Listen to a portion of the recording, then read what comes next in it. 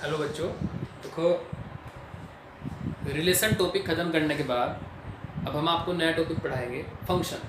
Function नया topic नहीं है, फंक्शन को भी आप रिलेशन ही कहते हैं या रिलेशन को आप फंक्शन ही कहते हैं। सॉरी, रिलेशन को आप फंक्शन ही कहते हैं, लेकिन उसके अंदर कुछ कंडीशंस अप्लाई कर दी गई हैं जिसके कारण रिलेशन को फंक्शन कहते हैं। हमारा टॉपिक है फंक्शन। हम आपको बताएंगे कि फंक्शन होता क्या है, फंक्शन में कौन सी कंडीशंस ऐसी लगा दी गई, सॉरी रिलेशन में ऐसी कौन सी कंडीशन लगा दी गई ताकि रिलेशन को फंक्शन कह दिया। ठीक है, आप किसी भी फंक्शन को रिलेशन कह सकते हैं, लेकिन किसी भी रिलेशन को आप फंक्शन नहीं कह सकते क्योंकि रिलेशन के अंदर कंडीशंस अप्लाई की गई हैं। After condition apply we can see relation is function. Okay, हमारा टॉपिक है फंक्शन। जैसे रिलेशन हमारे दो सेट्स में होता था, ऐसे ही फंक्शन भी हमारे दो सेट्स में होगा, ए टू बी। फंक्शन भी हमारा ए टू बी या एक्स टू वाई। हमारे पास दो सेट हुआ, एक सेट ए हुआ, एक सेट बी हुआ, और हमें इसके अंदर फंक्शन बनाना है यानी रिलेशन बनाना है। रिलेशन भी कंडीशन के अकॉर्डिंग बनाना है। हमारे पास ए के अंदर 3 एलिमेंट हमने ले लिए, 3 ले लो, 10 ले लो, 15 ले लो, पर एग्जाम्पल के लिए हमने इसके अंदर 3 एलिमेंट लिए, इसके अंदर 4 ले लिए, 5 ले लिए, 6 ले लिए, हमने एग्जाम्पल के लिए 4 ले लिए। अब हमारा जो एक रिलेशन आर है, a relation is called function.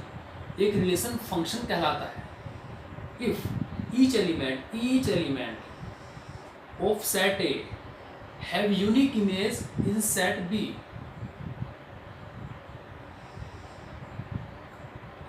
Each element का मतलब है कि सेट ए के जितने भी एलिमेंट है सबका रिलेशन इधर होना चाहिए और यूनिक होना चाहिए। यूनिक का मतलब कि A1 का रिलेशन B1 होगा, A1 का रिलेशन केवल इसमें से एक ही होगा, या B1 होगा या B2 या B3 B4। A1 के दो रिलेशन नहीं होंगे। समझ में आ गया ना कि A1 का रिलेशन B1 से भी है या B2 से भी है, B3 से भी, ऐसा नहीं होगा। A1 का केवल एक से ही होगा, या तो B1 से होगा या B2 से होगा या B3 से होगा या B4 से होगा। अब हमने क्या कराया, अपने अकॉर्डिंग हमने ये मान लिया कि A1 का रिलेशन B1 से है, A2 का रिलेशन B2 से है, A3 का रिलेशन B3 से है। अब जैसे फंक्शन की बात आ जाती है, अब ये हमारा फंक्शन हो गया। According to definition it is a function.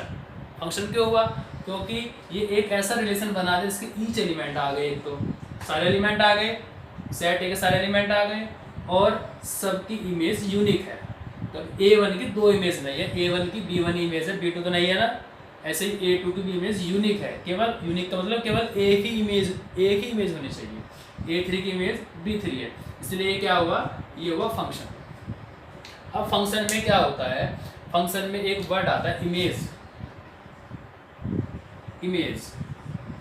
ठीक, F इमेज। जो फंक्शन यूज करते हैं, F फंक्शन यूज करते हो उसको F इमेज बोल देंगे, G फंक्शन यूज करो तो उसको G इमेज बोल देंगे। ओके, हमारे पास F image of A, F image of A equal to B1। F image of A1 equal to B1। If it is a function, यदि ये फंक्शन है देन तब F image of A2 B2, क्योंकि इसका relation B2 से है। F image of A3 equal to B3। B4 का कोई रिलेशन नहीं है, कोई बात नहीं, इधर का रिलेशन इधर ना हो तो कोई टेंशन नहीं, पर इसके सारे एलिमेंट्स का रिलेशन इधर होना चाहिए, तभी फंक्शन होना चाहिए, तभी ये फंक्शन होगा, और यूनिक होनी चाहिए। एक तो जितने एलिमेंट है सबका रिलेशन इधर होना चाहिए और वो यूनिक होना चाहिए, तब जाके क्या होगा, तब जाके फंक्शन होगा। आप इसको ऐसे लिख सकते हो कि F image of A1 equal to B1, F image A2 equal to B2, F image A3 equal to B3। अब जो फंक्शन को आप ऐसे भी लिख सकते हो, वही रिलेशन की तरह A1 B1, A2 B2, A3 B3। अब डोमेन क्या हुआ, डोमेन ऑफ एफ सेट हुआ A1 A2 A3 जो first coordinates of order pair, first set of first coordinates of order pair is called domain and range of F set of second coordinate B1 B2 B3 ये range होगा। इसको domain बोलते हैं, वैसे इसको domain बोलते हैं, और इस पूरे का नाम होता है कोडोमेन। कोडोमेन कोडोमेन क्या हुआ? कोडोमेन हुआ सेट बी के सारे सेट बी, टोटल पूरा set B, B1 B2 B3 B4। इस प्रकार हमने फंक्शन की डेफिनेशन देखी। हमने इसको देखा कि इस सेट ए को डोमेन बोलते हैं, सेट बी को कोडोमेन बोलते हैं, और जिनका रिलेशन इधर होता है उसको बोलते हैं रेंज। इमेज पता लग गया कि इसका रिलेशन इससे है, तो F image of A1 equal to B1, F image of A2 equal to B2, F image of A3 equal to B3। ये बता दिया आपको कि F A1 equal to B1, F A2 equal to B2, F A3 equal to B3। ये तो इसकी F image हुई। अगर आप ऐसे प्री इमेज अगर प्री इमेज की बात करें तो प्री इमेज ऑफ B1 होगा, pre image of B1 equal to A1, pre image of B2 equal to A2, pre image of B3 equal to A3। बात समझ में आई आपको? इसको तो एफ इमेज बोल लेंगे, इसको प्री इमेज बोल लेंगे, इसको इमेज बोलते हैं, इसको प्री इमेज बोलते हैं। Pre image of B1 A1, pre image of B2 A2, pre image of B3 A3, F image of A1 B1, F image of A2 B2, F image of A3 B3। ठीक है, समझ में? अगर function पूरा आपको clear होगा कि function किसे कहते हैं, डोमेन किसे कहते हैं, रेंज किसे कहते हैं, कोडोमेन किसे कहते हैं। तो हम आपको बताएंगे टाइप्स ऑफ फंक्शन।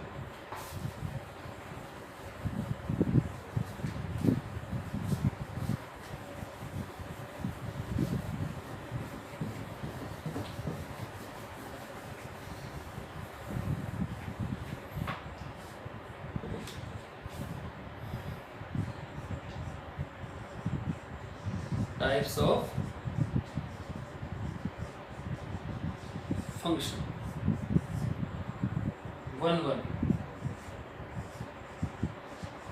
1 इसका पर्टिकुलर नेम है इंजेक्टिव।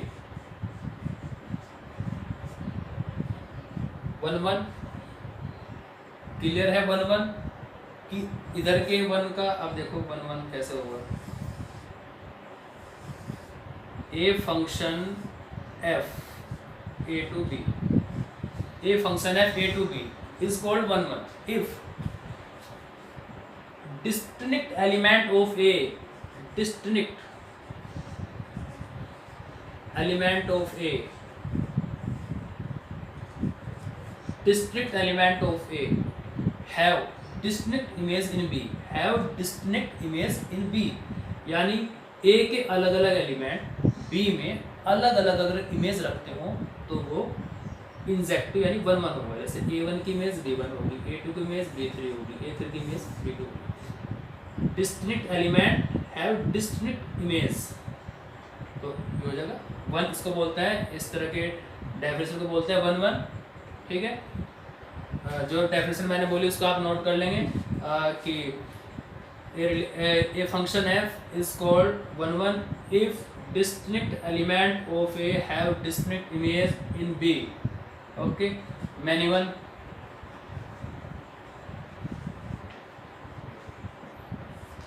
में क्या होगा?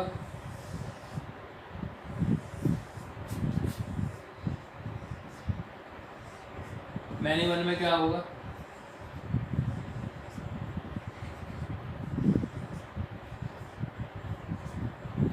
मैनी 1 में ये होगा कि जैसे कि A1 की इमेज B1 हुई, A2 की भी B1 होगी। बाकी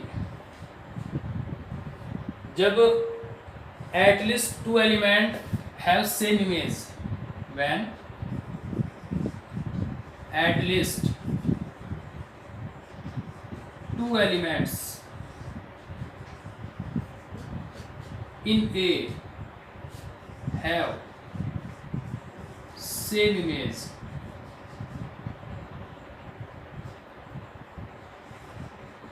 in B, then F is many-one.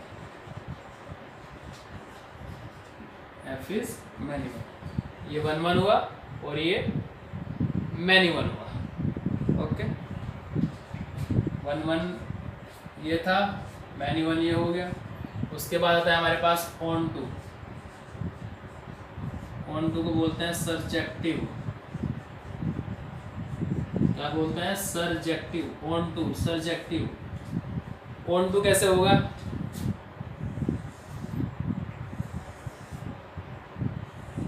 पहले आप डायग्राम में समझे कि on-to क्या होगा, तो उसका डायग्राम में समझे. इसके अंदर हमने कुछ एलिमेंट लिए A1, A2, A3, B1, B2, B3. ठीक है, इसका इससे इमेज, इसकी इमेज और इसकी इमेज. इसमें क्या होता है कि जो कोडोमेन होता है, if range equal to codomain, range equal to codomain. अगर रेंज और कोडोमेन सेम हो जाए तो क्या होगा? देखो यहाँ पर रेंज और कोडोमेन सेम नहीं थी. यहाँ पर क्या था? यहाँ पर था रेंज सबसेट है कोडोमेन का. इस बी के लिए क्या था? रेंज सबसेट है कोडोमेन का. But for on-to range equal to codomain होना चाहिए. इस यानी रेंज इक्वल टू कोडोमेन, तो F इज on-to. उसके बाद अब 1-1 on-to बाइजेक्टिव हो सकता है. 1-1 on-to, देखो 1-1 on-to, 1-1 on-to, इसका नाम बाइजेक्टिव. बाइजेक्टिव 1-1 on-to कब होगा? 1-1 on-to कब होगा? एक तो 1-1 भी होना चाहिए और on-to भी होना चाहिए. क्या ये 1-1 on-to है? नहीं है 1-1 on-to, क्योंकि इसके अंदर B4 की तो कोई प्री इमेज ही नहीं है इधर. अगर मैं B4 को हटा दूं, हट के B4, अब क्या बनेगा ये 1-1 on-to, क्योंकि 1-1 है, क्योंकि distinct element in A have distinct image in B, therefore is 1-1. और on-to आपको दिखाई दे रहा है, इसलिए इसको बोलते हैं 1-1 on-to या बाइजेक्टिव. हमारे पास टाइप्स थी, 1-1 थी, many-one थी, on-to थी और 1-1 on-to है. ये टाइप्स है, इनको ध्यान से बिल्कुल ऐसे डायग्राम बना ऐसे पढ़ेंगे. आज का लिए आपके लिए इतना ही है. कल इसका आपको एक्सरसाइज कराएंगे. बिल्कुल आपको ध्यान से पढ़ना है, टेंशन वाली कोई बात नहीं है. जितना भी कॉन्सेंट्रेट होकर इसको करेंगे उतना आपको समझ में आएगा. जितना ध्यान से पढ़ेंगे उतना ही आपको अच्छा लगेगा. ठीक है, ओके.